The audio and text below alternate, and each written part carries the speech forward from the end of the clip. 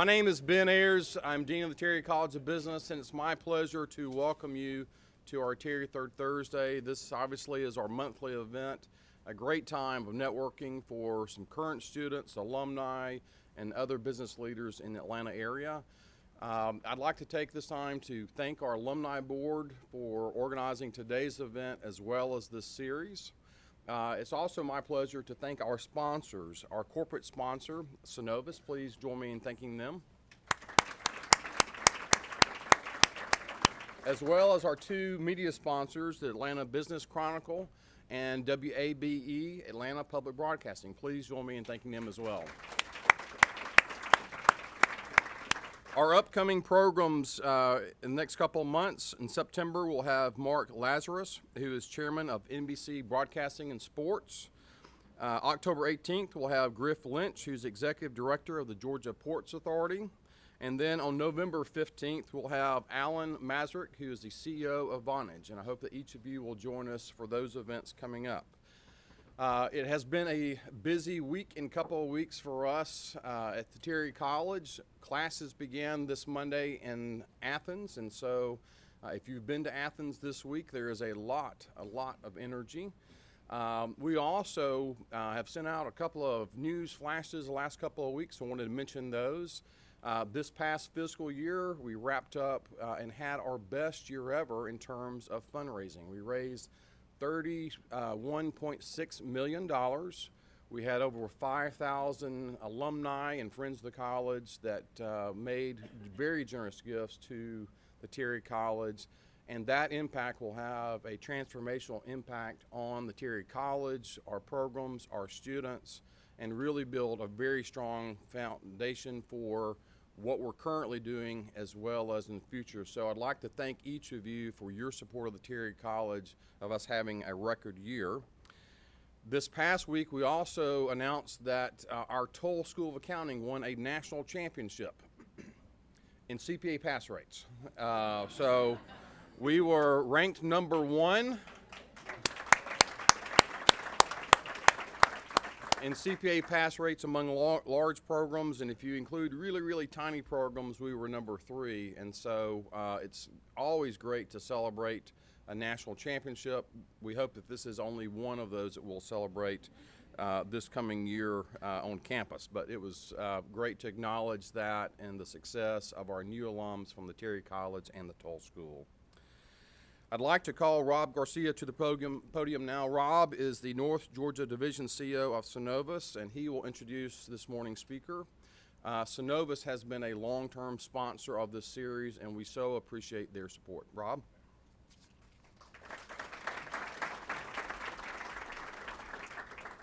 Thank you, Dean Ayers. It is a pleasure and an honor to be here today, and certainly part of this great program. We've been a sponsor with Terry College of Business for several years, and have always looked at that relationship very fondly and look forward to continuing it going forward. I'm particularly excited today to introduce a good friend and certainly a difference maker in our community, Mike Plant. Those of you who know Mike, he has been with the Braves for 15 seasons. I love the way his bio begins. It sounds like a starting pitcher here. He's been with the Braves 15 seasons, and in 2018 was named President and CEO of the Braves Development Organization. Obviously, his legacy in baseball goes a long way, certainly in sports marketing. He was with Turner for many years and in many leadership positions. Started off as an Olympic athlete. He was on the world speed skating team in Lake Placid and the Olympic speed skating team. So the sports stuff has come to him, honestly. But really what he's done in the business community and how he's melded those two things together in our market is clearly a story, probably one of the greatest success stories in our region that is still being written. And I'm honored to be a business partner with Mike and the Braves organization. I have the luxury of looking outside my window every morning in our new Synovus building and looking at that Braves stadium as a reminder of what can happen. It was just a few years ago when all of this was just a concept and a thought, and I sometimes pinch myself as I look outside the window and realize what can happen when a community and a business community come together, and the impact that the Braves have had to the Cumberland area, and I think really to the whole metro Atlanta area, is phenomenal. And I'm not going to let Mike's gonna talk a lot about that, but I can assure you that it is just the beginning of about what's going to happen in our community. So I'm really excited to introduce Mike Plant of the Atlanta Braves. And Ben, my daughter just graduated from the Terry College with Lucy and Will and a couple others here, so I appreciate all the things that you guys do to certainly give our kids a great education there. So she's on her path and soon off the payroll. So it's good. I'm going to give you a little, insight, and as I was looking at that, I was like, okay, which one of these decks did they send to you? So pretty good at winging this, and as Rob said, it was a really bold vision that started really many years ago when I started with the Braves in 2003. Recognizing the great Turner Field, tons of great memories down there, history of our team, and a lot of achievements in that. But and I was part of the Olympic Games. I was on the board with Billy in 1988, met Billy Payne, didn't know how to spell the word Olympic in that, and so he obviously has a great legacy there. But the stadium after the Olympic Games is one of the great examples of how to take an Olympic venue and then turn it into something else and create a legacy. So, but the one thing that was always missing there was how to create a destination. And for about 8 years, we tried to do that. We wanted to create that lifestyle change there. Knew what we were doing, 81, hopefully 91 games a year, most years.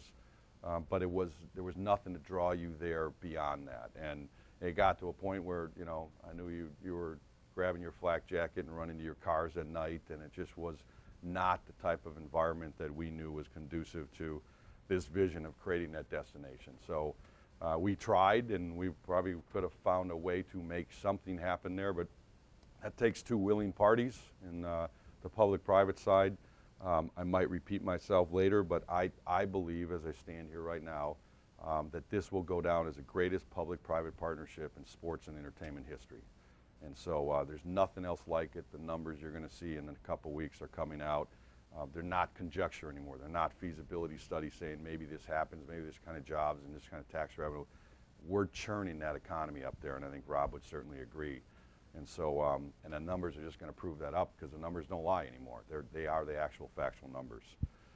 So I'll whip through this pretty quick. Everyone been there? I hope so. Yeah, great.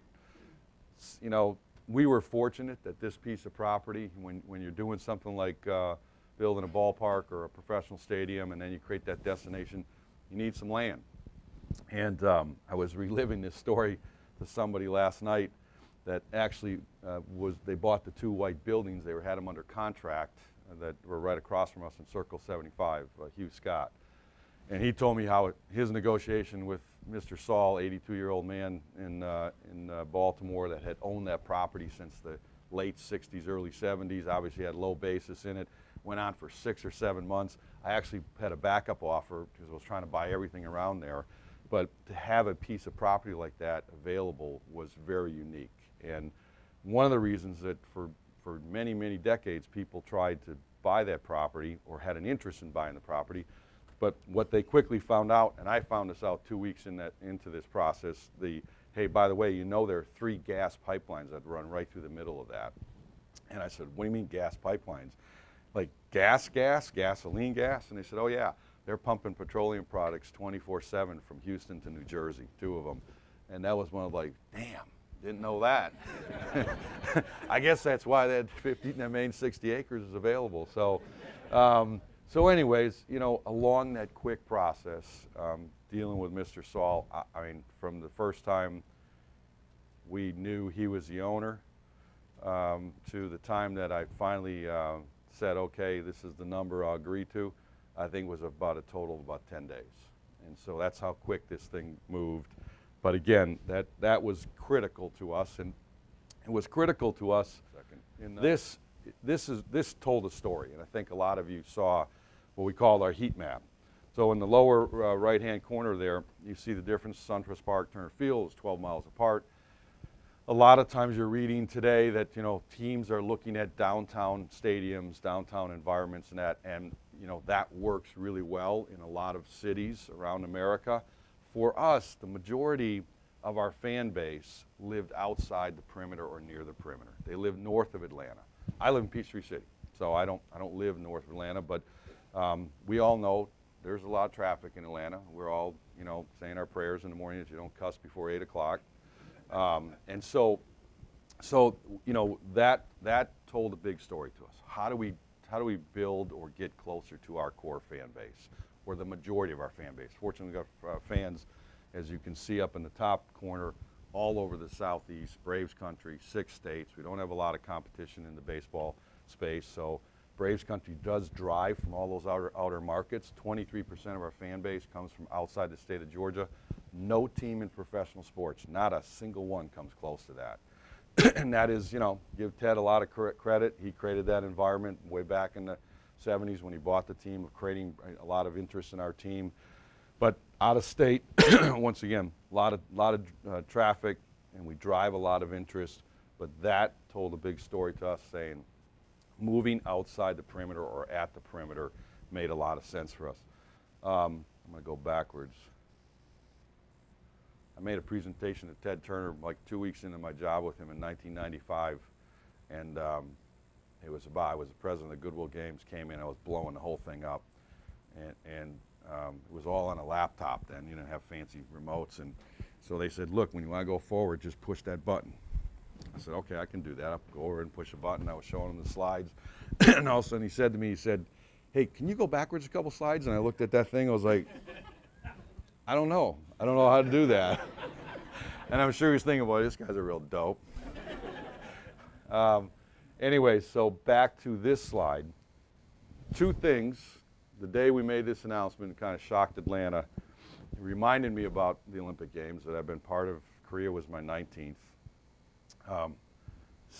Similar reaction. Money and traffic.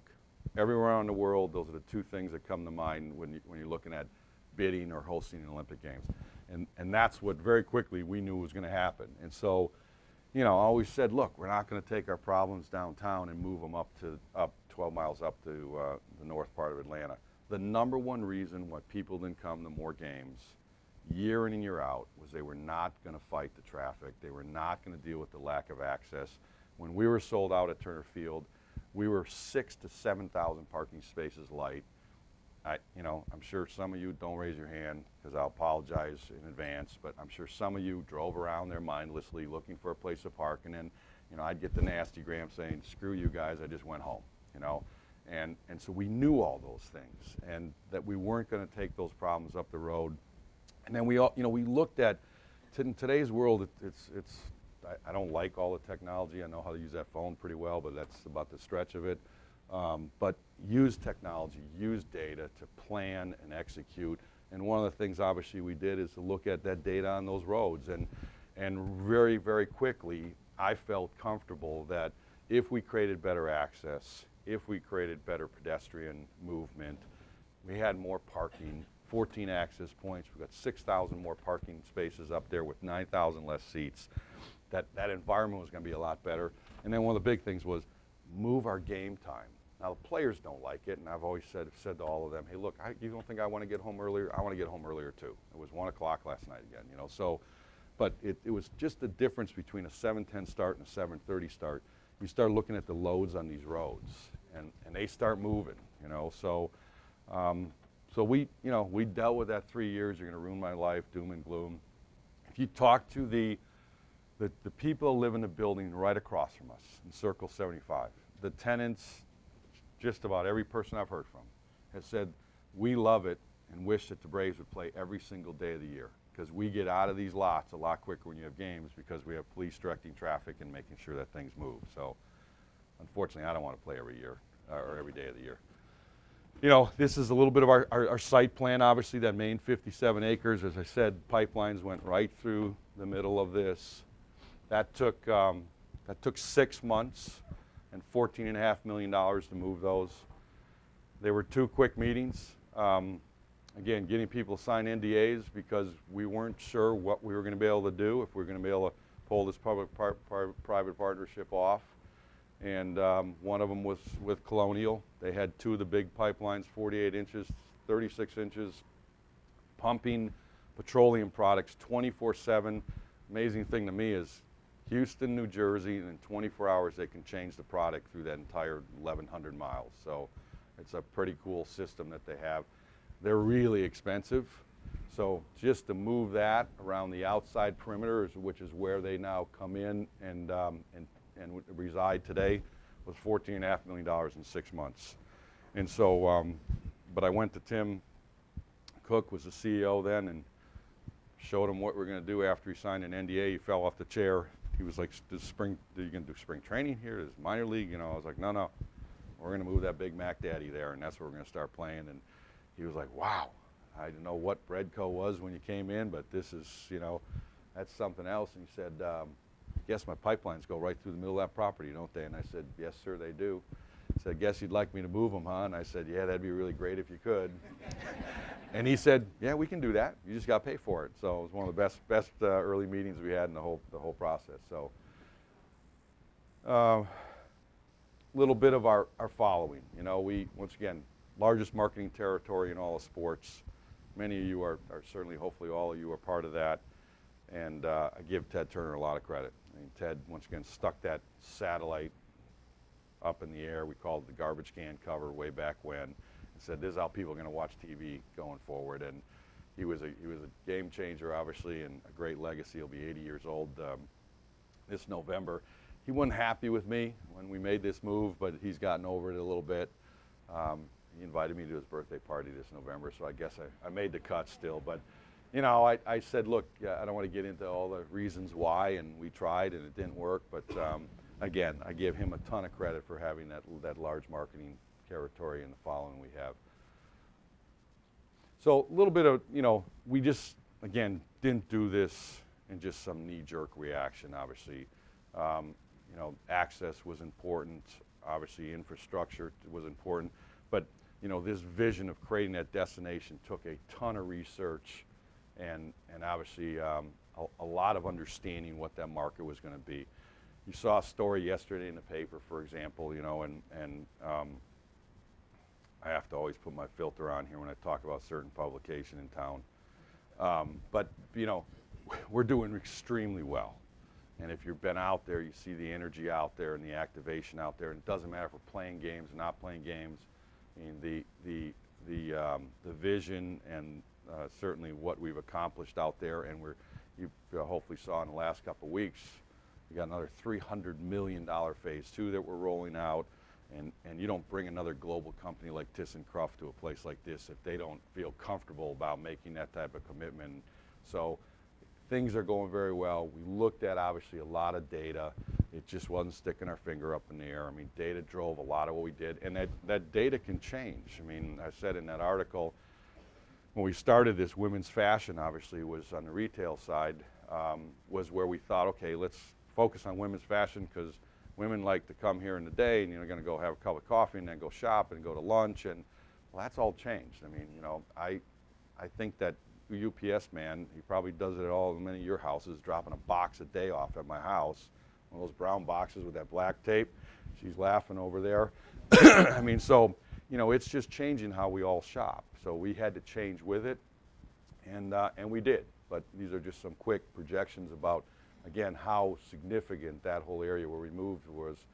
Very affluent, looking at comparisons in the market that we're in, the population and the average incomes of where we are in Cumberland. You know, who are we targeting, obviously? I mean, one of the great things about the profile up there is in the Cumberland area, it's the largest population growth of millennials. And again, what did they have up there? They had some things, but not a lot of drivers for them. So we're certainly creating that one of the drivers. By the end of this year, I'm pretty comfortable saying we will have 3 of the top 10 grossing restaurants in all of Metro Atlanta in our second year. And that's just going to continue to grow. My son, the youngest one, he goes to KSU. He says, hey, look, Dad, we don't go to Buckhead anymore. We just, all of our friends up here, we just go to the Battery. And so that's becoming, you know, again, that destination. And I know they're there. I have an apartment that's right up on the 6th floor, and 2 o'clock in the morning on Thursday, Friday, Saturday night, I know those guys are still there. So I wish they'd go home. I have one of those little baby noise reduction things, so I listen to a lot of the rain in the rivers every night. You know, future development, I mean, you look around the area, you know, Rob and Synovus built a brand new Class A office building. There's been 5 since the day we made the announcement. Again, there was kind of the, hey, get up and run away from this. This is going to be really bad. This is going to ruin your life.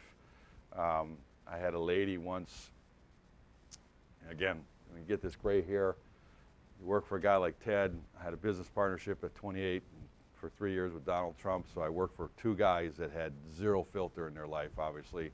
So my filter's starting to go, but I was in front of this group, you know, when, you know, we spent a lot of time trying to get the facts out there, because if it's just what you read in the newspaper, you know, that's just not, I knew the facts. You know, my humor was reading some of the things I read in the newspaper saying, wow, I'm in the middle of quarterbacking this whole thing, and where are they getting this from? But I spoke in front of this group, and this lady was just drilling me about 18 months out for our parking plan, and 18 months before we play our first game, I remind her of that.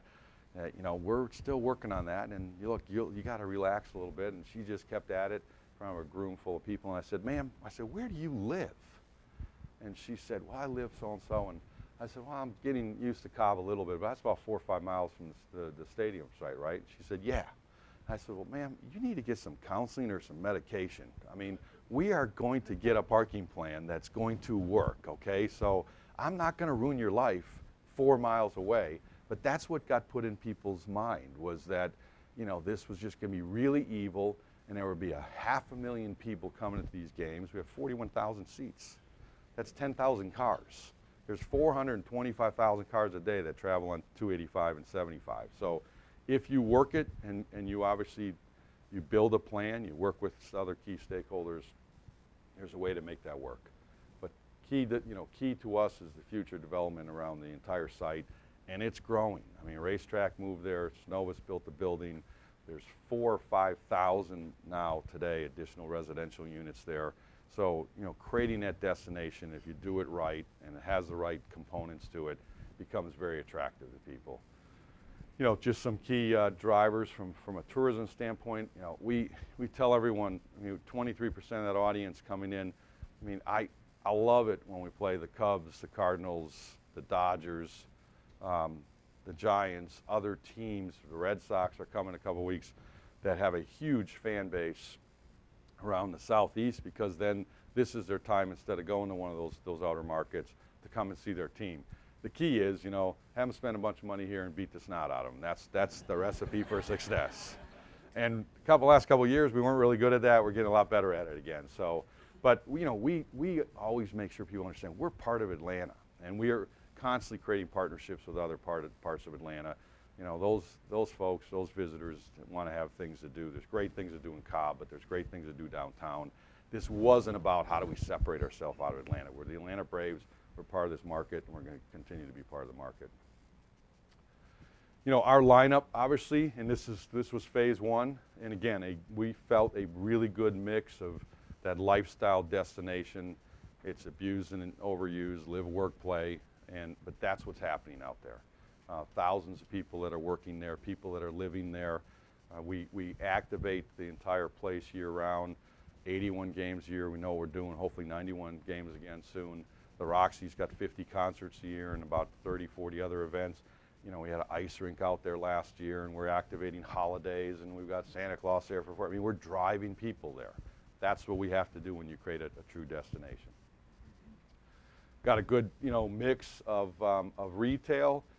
This changed. I mean, as you look at that, again, if I would have showed you that 4 or 5 years ago, that had you know, Anthropology on there and cosmetic shops and Ann Taylor and that. We were going, oh yeah, we're going to go after those.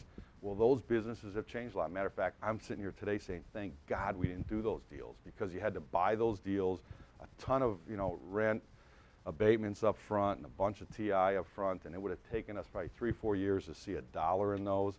And that's, you know, that's not how ladies are shopping today. You're just, it's different. It's the retail experience is different. So, you know, so for us, we're not a traditional developer. I mean, you know, I say that, and I'm sitting here saying, yeah, you know, most of the developers now say, Mike, you're in the development business and you're in the real estate business, and we are, But the big difference between us is that we're not sticking a square peg in a round hole and then selling this thing and moving on. We're here for at least 30 years. I won't be there for 30 years or something really went wrong, but that's the commitment we made to Cobb. And so we're invested in that, we're vested in it. We've got, as I've said many times, we have at least 1 billion reasons why we're gonna make this thing work. And a traditional developer doesn't have that long-term play. He's filling this thing up, he's gonna flip this, he's gonna move on. No disrespect to him, but that's what they do for a business. That's not what we do for business. We're not looking for our next big development, obviously. This is it. And so we make different decisions. We're gonna make good business decisions on the retail. We're now focused on experiential type of an opportunity. And more importantly, we've turned down a lot of guys that want to get in there. It's not the right mix for us. So it's the one thing that article yesterday didn't want to address when I said I could have leased this whole thing up by now, could have done some bad deals, and could have just stuck some people in there, just say, oh yeah, we've got some shops here. We're patient, we're strategic, and right now we're really happy where we're going. Hotels, a lot of hotels in the market, but not enough. I mean, there's just more and more. I read something late last night that right now we're over-indexing in this market more than anywhere else in Metro Atlanta. Why? Well, 23%. Those people have to obviously stay in hotels when they come to watch our games. We just announced another hotel, an A-loft that we're building. It'll go on our front door.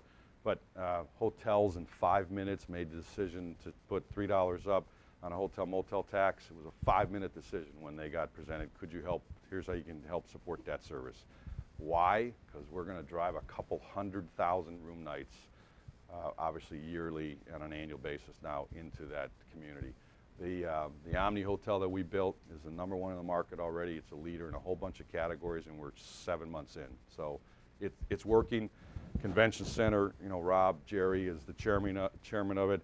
I believe Michelle's told me they're starting to see lift of people that are conventions saying, hey, now, we'll look at 2-3 nights here. You got some more hotels that accommodate our people. You got more entertainment to accommodate our conventioneers. So, we're working closely with them, and everyone's starting to see the benefit of that.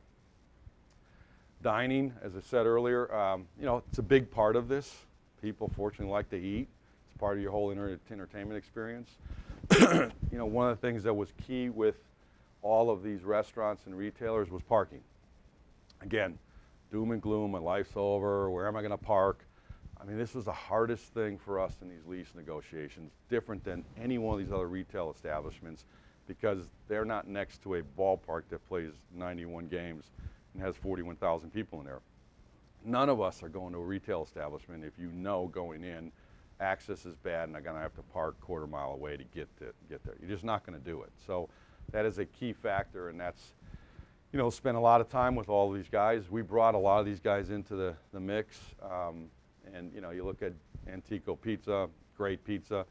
Gio took probably a good year to convince him that this was gonna work for him. And I remember that first conversation, hey, Mike, they don't eat pizza, they eat they're the hot dogs guys, and I was like, no, they eat pizza too, So, he's gonna do close to $5 million this year. That's pretty darn good for a pizza place, and it way over anything else that he's got going. So, entertainment, again, all part of it. How do you activate that space? The plaza, we spent a lot of money on that plaza, connecting the ballpark with the rest of the mixed use. Brought in a firm out of New York. The difference of expertise and experience. Populous was the architect on the ballpark. Wakefield Beasley, architect on our mixed use. Neither of them kind of understood how to connect it. So went out and found some other expertise, obviously, with a group that created that central gathering place. And when you're out there for games, you see it, maybe not the Marlins, but this weekend again. I mean, there's thousands of people out there, and we use that space. That's where the ice rink was, and other events that we're certainly planning in the future to create that gathering space and that. So it's obviously working well. And then the Roxy Theater, it's about 60,000 square feet, about 4,000 4,000 fans that can watch concerts in there. We've done black tie dinners in there, so we've become a really great concert and special event space. That's a partnership, I should have said, with Live Nation. But again, unique part of how Liberty operates. They buy companies, they acquire companies, and they let us run these things. Big fallacy. I can just shut it down right now. When you read every time in the newspaper that Liberty won't, won't let us do X, Y, and Z, they let their executives run these businesses. And so, no one at Liberty is telling us to go acquire this guy or get rid of that guy. These are decisions that we make, but Liberty owns Live Nation. I mean, we negotiated hard with Live Nation, and I like to say we took blood out of them. But it was, AEG is a very aggressive company in this space as well, and it was right down the wire with who we were going to do business with. And then the residential. I think we're at 94% leased as of last week. And, we are selling this piece. We are always going to sell this piece. From before we put a shovel in the ground, I always said, look, I have a unit there, but I don't want, someone calling me up and telling me about their leaky faucet. That's what other people do. The difference, again, for us is we never lose control of the whole environment.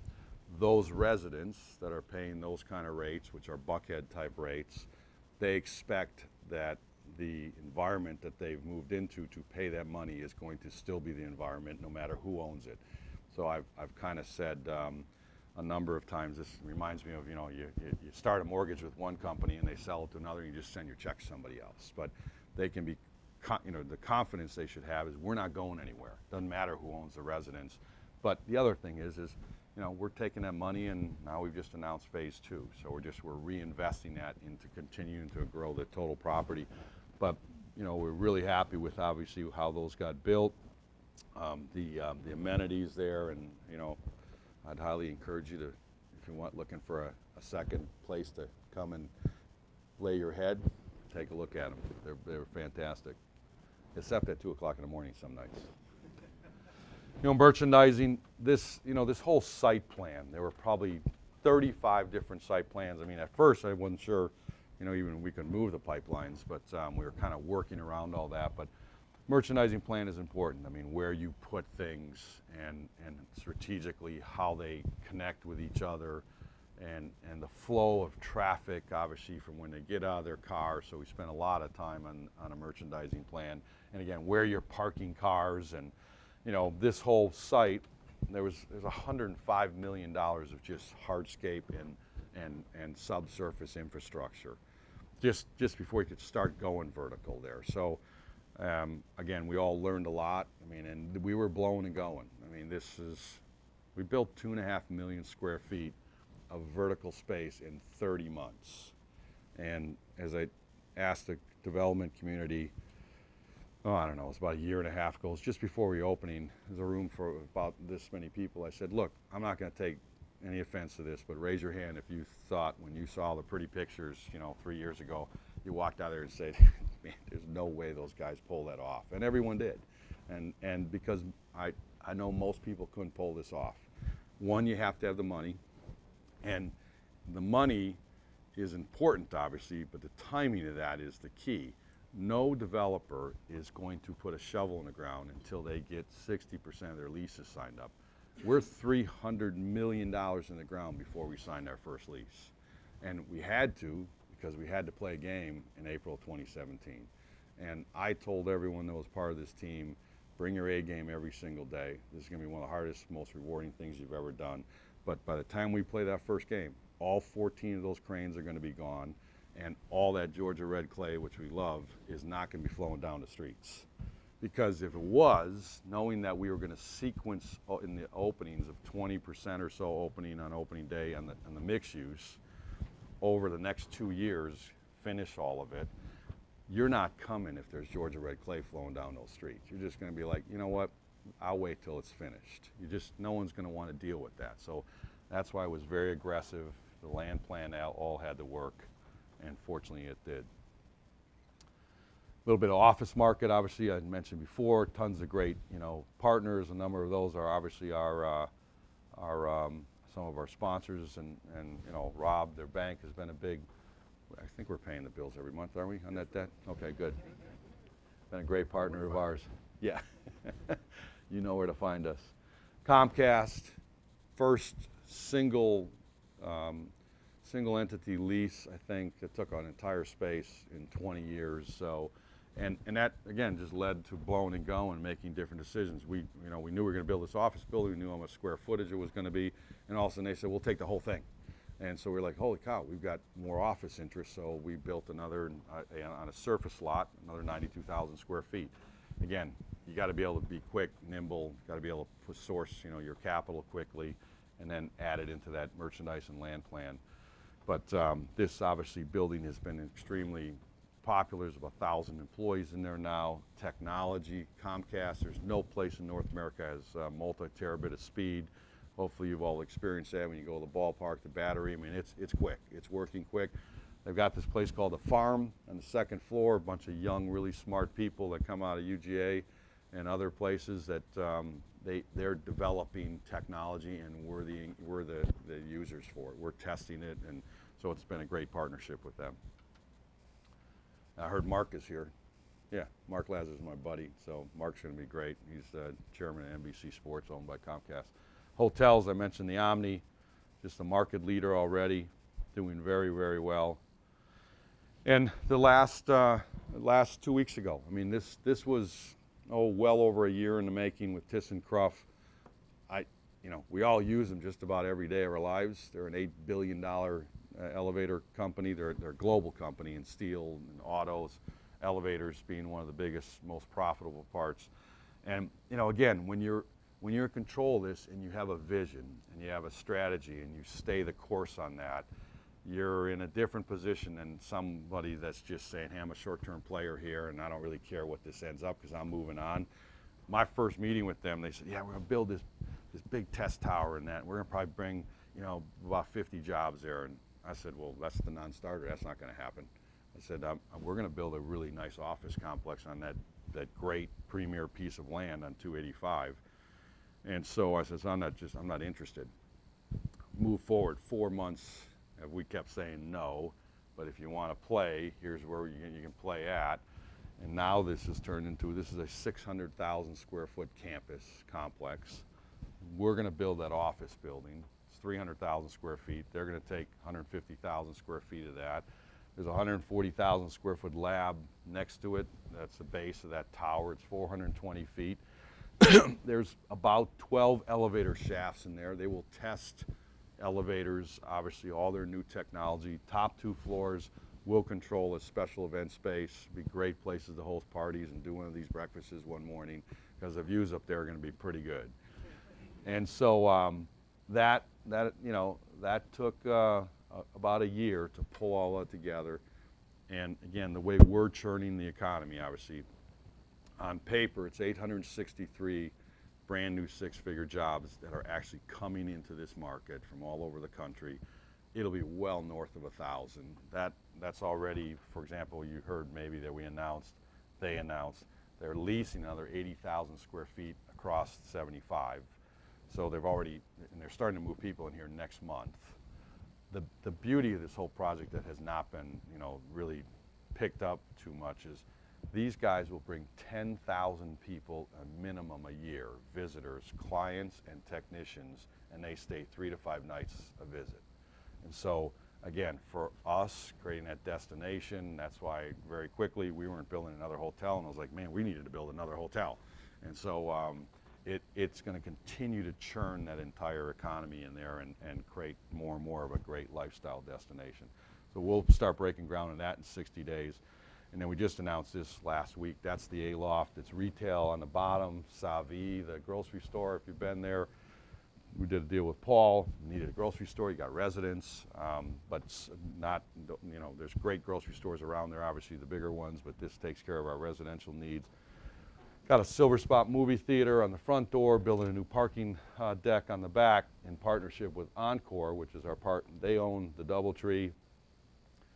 I tried to buy that hotel. before we made the announcement we were moving, and I signed the contract for $12 million. So I had the deal done. I don't want to own a hotel. I wanted to control parking.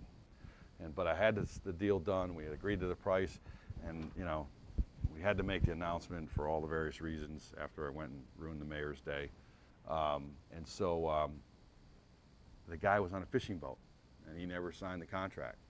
And our guys were calling, hey man, when are you going to sign that contract back? And he said, well, he's out fishing in, I don't know, the Bahamas somewhere. I was like, don't worry, he'll get it. We made the announcement on that Monday. He comes back on Wednesday, and of course we get a call say, hey, I think I'm going to keep it. And I was like, of course you are. And he sold the Encore for $2.5 million more 6 months later. But it's been great. They've been fantastic. Group out of Dallas. We did a deal to be able to build that parking deck, and now they're our partner in that ALAF. And we don't run hotels, they run hotels. So they've been fantastic. But that's how these things can obviously work, and this one did. So we'll start going vertical on that as well in about 60 days. And both of those should be done. The hotel and theater and all that should be done sometime mid-20, and TK will be moving in 21. I'm going to open it up to some questions, but hopefully that gives you a little bit of an oversight on our whole project. I get asked a lot, would you ever do it again? And I'm like, nope, no chance. I'm starting to pay back my wife, and I'm going to Ireland on Sunday for 5-6 days, going to Italy next month, and so, because she said, look, you said you were done in 17, and I said, yeah, I know, but then I got this other stuff kind of going here, and you can't, these are good deals, and more importantly, look, I want to make sure you understand something. We are in the real estate and development business. We're really proud of the destination we created. 4 years ago, that was Woods. And because we put a team of people together that brought their A game every year, a lot of people, every single day, their high standard of excellence. And then that public-private partnership, I've said to people, would you do it again? No, I wouldn't. But I also look at them, we've had 100 teams from all over the world come through and see this, because this is the future of building any type of professional entertainment sports complex, college, I don't care, it's creating, you can't justify cost, and we wouldn't have, and I'd be standing up here, and this economic development report, the update's going to come out, and I guarantee you're going to be blown away by the numbers of how much we are putting into the system. I mean, I'm talking cash into the system directly from us and indirectly from us, and how that's churning, helping to churn the economy. And so, all the books have been written about professional sports teams or colleges, whatever, don't make the economy work, are now going to get thrown out the window. Because if you do something like this, it's a great formula of what we don't expect from our government leaders is to run businesses like we all do, which is based on making good, strategic, positive financial decisions to grow your business and have a return. I mean, that's what it is. I don't care if shareholders are in your own pocket. I mean, you got to make it work. And this will go down as one of the greatest examples of that public-private partnership. Tim Lee, one day, deserves a statue out there. He's one of the few government leaders that said, I'm going to trust you guys. I get your vision, and more importantly, I'm not investing in a stadium, I'm investing in this that's going to churn this economy. And that's what it's doing. But I would tell you this, in addition personally why I'm still here, I mean, this is all fantastic, and we've loved it, and we're proud of it. Look, our team is about winning the World Series. That's what it's all about. This all helps that, obviously.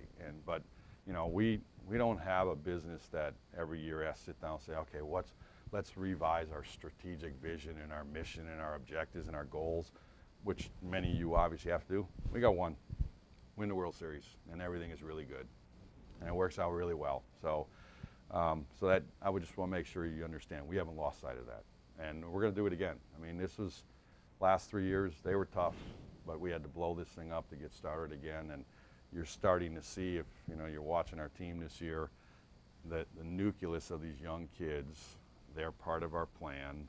And then this off season, we're going to add a couple pieces, and I think we're going to get right back to the promised land again. So it's going to be pretty good. And this is just all going to be part of that, supporting it. So So that's my story, and I'm sticking to it. It's been a good ride. It's good. We've got a long way to go. As I said, we're only in the second inning. This next couple years will be pretty intense again, less intense. I mean, 30 months, it just owned my life. And as I said, I'd never do it again, but we're all pretty proud of it. And, Jerry and Rob are just two great examples of the people at Cobb just embraced us from day one. And I don't know if they were BSing us in that, but they made us feel really good about that's just, they're can-do people. And that was really important to help make this work, because as we were getting beat up in the media at times, these guys always had our back, and they were helping shore us up as we were in this venture. So thought I'd open up to any questions. Yes, sir. Two questions. The ThyssenKrupp building. Yeah. In proximity of the stadium, could you go back to that picture? I want to try to get Oh, yeah. So I call it the dirt pile. If you know where the dirt pile is, that we moved about 6 different times. Okay. But this is 285 right behind it. That's Circle 75. Okay. There's a Galleria sitting over here. So the bridge across 285 is right here. Gotcha. Yep. Okay. So there's about a 4.8 acre piece of property that has a dirt pile next to the Hampton Inn on it right now. Second question is, I'm a Terry student taking negotiations right now. Could you give us an example of the most difficult negotiations, discussion, event in the 30 months? There were a lot. I'll tell you one of the funny ones, though. People ask me all the time, like, hey, what would you do over? What are some of your regrets? My brain doesn't work that way. I through my sports career, and up until last year, I'd make 12 one-day trips to Europe doing Olympic business for the last 30 years. And I'd always laugh at my European friends because they love that word problem. They use it all day long. The problem with this and the problem with that. And I don't look at it that way. I look at it just, hey, these are new opportunities and we're going to go after them. And look, I mean, behind my back they called me General Patton, and I was fine with that. Someone had to be decisive and make decisions every single minute of every single day. And I'm all about batting average, and you can't be Ted Williams in this game because you're going to be terrible. But you're going to make some mistakes, but then they're just new opportunities to do something else. And if a team of people all believe in that, then you're fine. If you start doing this, you're gonna fail pretty quickly. Rob Taylor from Brassfield. Rob and Brassfield guys have been great. They were a big part of this. They're going to build ThyssenKrupp for us. So Rob and I are negotiating back and forth on the concrete for the ballpark. And this has gone on for probably a good month, because he was going to self-op the concrete. And he's like, this is the lowest I can go, Mike. And I'm at we're not going to make any money. I love it when they say, we're not going to make any money on this, Mike. And that was my great opening. He said, Rob, you got one big problem here, man. I said, I've been to your house. He said, what? I said, I've been to your house, Rob. It's not a house, it's a complex. I said, you're going to do just fine, all right? So here's the number. Take it or leave it. I'm done, man. And I got up and started walking. Oh, okay. So yeah, you got to play your cards, play your hand. It's just same thing with buying this land. From Mr. Saul's 82 years old, has 0 basis in this land, and I didn't want to pay $600,000 an acre. The land's worth $2.5 million today an acre. So, but there was a pond there, and I didn't want to pay him for the pond. It's a 3-acre pond, nice pond, but I don't want to pay him 600,000 acres for a pond. So I went back to this guy and I said, all right, here's my final number, and I'm done, okay? And I'm not going to pay him $600,000 for the 3-acre pond.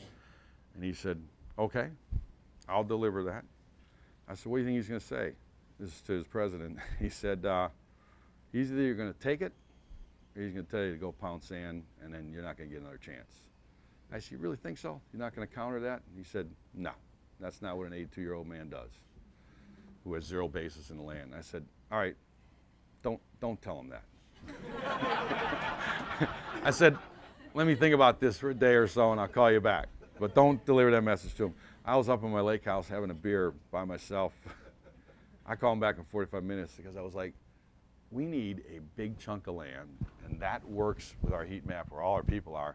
and I'm going to screw this up over $1.8 million. I said, hey, man, all right, I'm in for the number. And we did the deal that night, so, yeah. But there were a lot of them. They were fun, yeah. Yes? One thing I heard a statistic a couple of years ago, and I may not have this right, but they had compared some of the food costs of baseball stadiums. The what cost? Food costs. Food costs. And how does, like Marlins was surprisingly one of the most expensive. I don't know if Yeah. that's still accurate, but how does this compare? Yeah, so, you remember Ted, we opened Turner Field, and it was the great opening of, you know, we were one of the few stadiums that didn't let you, or that still let you bring your own food and beverage in. No one does that anymore. We still do. But Ted, I think, someone said to him during this press conference, well, Ted, you know that bottle of water costs $3? He was like, $3? What a ripoff. Something else. I always said, hey man, Chipper just wants to get paid. I mean, I know we can buy this whole case for $3, but you know, there's a lot of costs that go into it. I know I can represent the opinion of our entire organization. We're trying to do everything we can to not make this an issue anymore. You know, so keeping that food and beverage cost, you know, you got labor and obviously cost of goods and all that, and unfortunately, like, we pay more, even with the volume, for our cost of goods than you can go into Costco. It's just the nature of how the entertainment space works. And so you can do things like the Falcons did a great thing of lowering some of the costs. They lowered, you know, they're not serving 16-ounce bottles, they're serving 8-ounce bottles. And so there's ways to kind of play with that game a little bit. But we're creating a lot of value meals. We're creating packages. We create premium clubs where everything's all inclusive. You know, one of the big differences that I know we're proud of, 50,000 seats Turner, 41,000 seats SunTrust Park. But we had 340 premium seats at Turner, and we have 4,000 premium seats at SunTrust Park. Those 4,000 premium seats include parking, better access, food and beverage at different levels, and if you've experienced SunTrust or Delta or Xfinity clubs.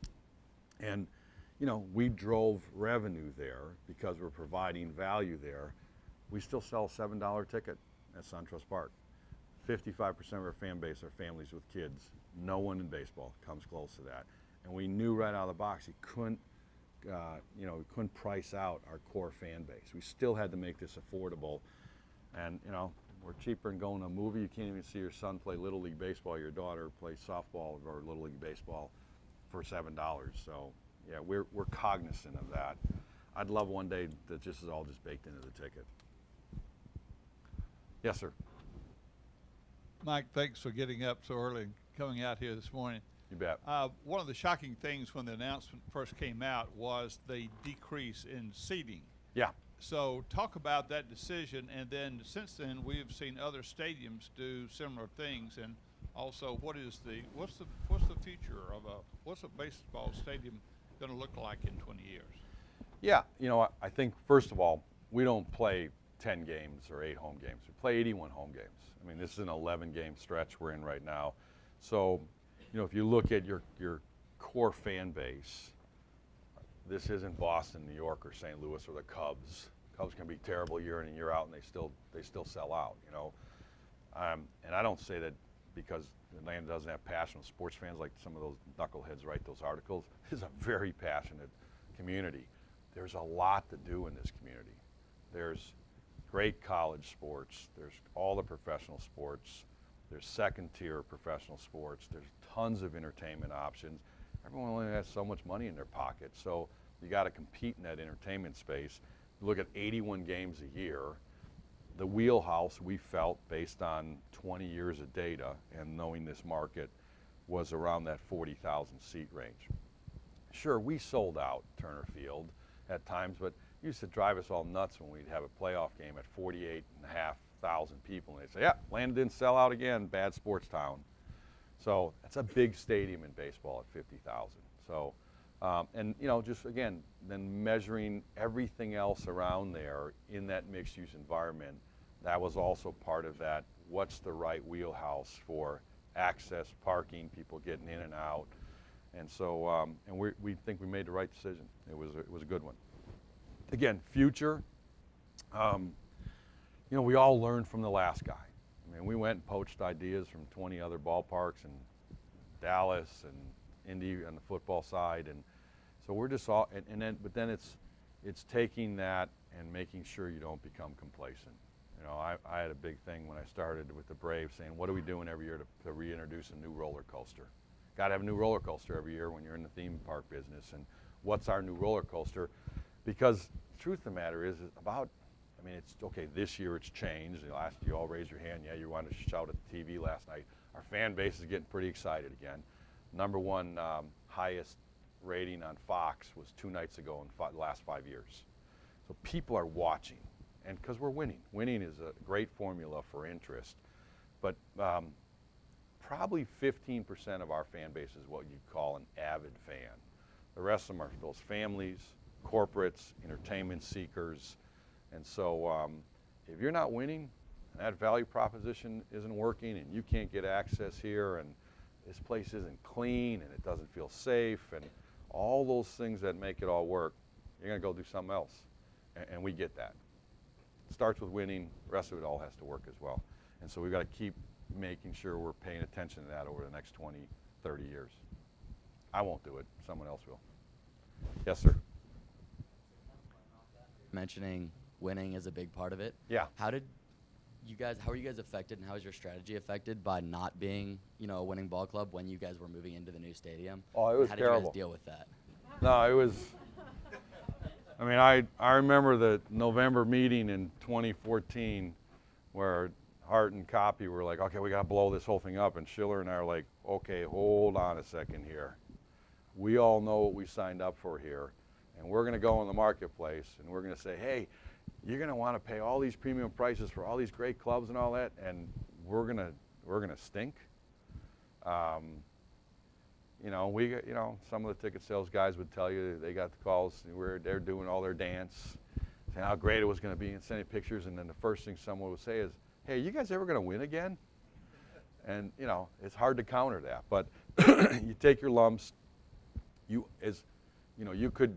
The thing we all understood and we all came to grips with and we all bought into is you can do what a lot of teams do, is have a slow death in this game for 6 to 8 painful years, and then it's a slow rise up, and that could be 10 to 12 years. And you can just lop the head off the thing. I mean, look, Craig Kimball we loved, Simmons we loved. Simmons wins a Gold Glove, and a big announcement, and 2 weeks later he's off the reservation. You know, so but you had to make those tough decisions.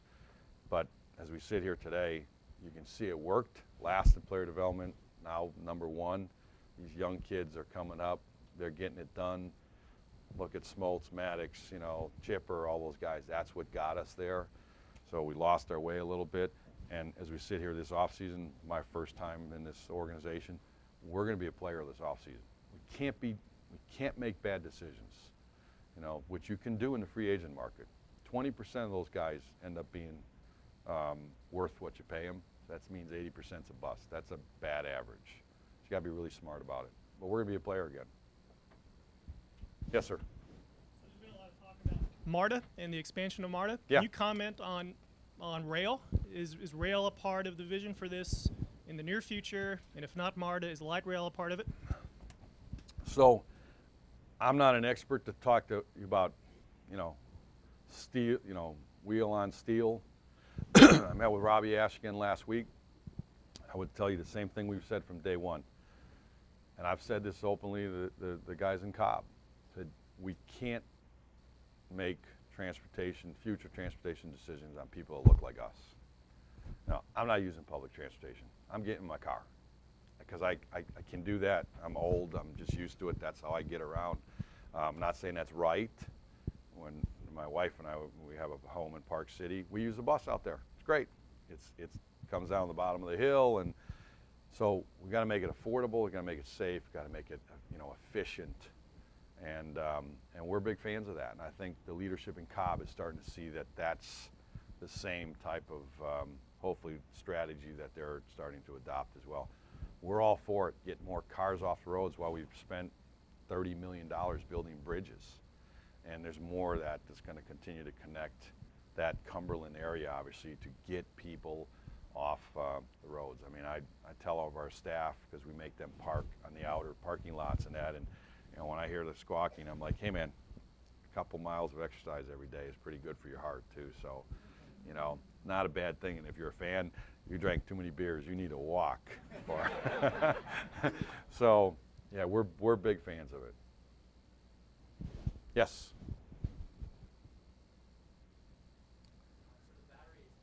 Complex, and thank you, because we love it. But at one time, as you've been talking about, it was just a vision. Yes. And getting all these different stakeholders behind your vision, what was like the key to uniting them into making this dream a reality? Well, you got to be pretty persuasive.